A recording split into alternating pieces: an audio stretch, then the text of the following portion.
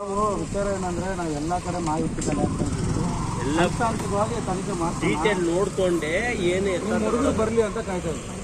ಅವ್ರು ಏನು ಕರೆಕ್ಟಾಗಿ ಪ್ರಾಪರಾಗಿ ವಿಚಾರ ಎಲ್ಲಿದೆ, ಯಾವ ಜಾಗದಲ್ಲಿ ಜಗಳ ನಡೀತು ಅಂತ ಏನಾದ್ರು ವಿಚಾರ ಗೊತ್ತಿದ್ರೆ ಅದು ಹೇಳಿ.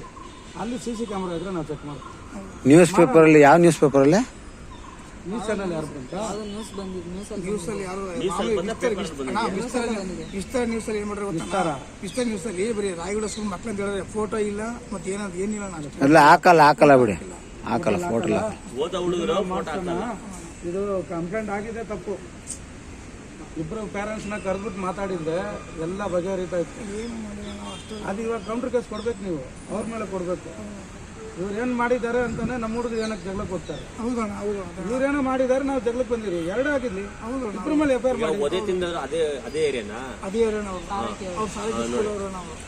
ನಾವು ಒಂದೇ இந்த ஏரியாக்கு வரேன்னா நான் ஜான்சில வர கூட ಇಲ್ಲಿಂದ ಹೋಗಿರೋದು ಎಕ್ಸಾಮ್ ಬರೆಯಕ್ಕೆ ಒಂದು 4 ಸೀಟ್ ಅಷ್ಟೇ. ನಾವು அங்க ராகிங் பண்ணிருப்பாங்க. ಅವರು ಹಂಗೆ ಹೊಡೆಯಕ್ಕೆ ಕಾಣಲ್ಲ. ಅವರು ರಾಗಿಂಗ್ தான் ಇದೆಲ್ಲ ರಾಗಿಂಗ್. ಅಣ್ಣ ವರ್ಷಕೊಂಡವ್ರು ನೋಡಿ ಅಣ್ಣ, ವರ್ಷಕೊಂಡ್ರಲ್ಲ. ಆ ವರ್ಷಕೊಂಡ ಹುಡುಗ ಅವ್ರು ನೋಡಿ ಅವರು ಅವತ್ತು ಸ್ಟೇಷನ್ ಬಂದ ಏನು ಒಬ್ಬ ಹಿಂಗೆ ಆಳು ಈ ದಪ್ಪ ಹುಡುಗರು ಅಲ್ಲ. ಅವರೆಲ್ಲ ವಿಚಾರ ಇರಲಿ, ಇದೆಲ್ಲ ಸೇರ್ಕೊಂಡು ಏನಿದೆ ನಮ್ಮ ಹುಡುಗರೆಲ್ಲ ಬರಲಿ, ಮಾಹಿತಿ ತಗೊಳ್ಳೋಣ.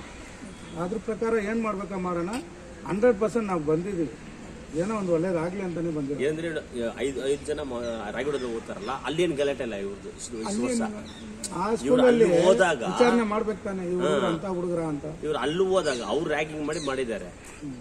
ರ್ಯಾಗಿಂಗ್ ಮಾಡಿದಾರೋ ಏನ್ ಮಾಡಿದಾರೋ ಹುಡುಗರು ಇಲ್ಲ ಆಗ್ಬೇಕಾಗಿರೋದು ನೋಡೋಣ. ಮಾತಾಡ್ಸೋಣ, ಆಮೇಲೆ ಡಿಸೈಡ್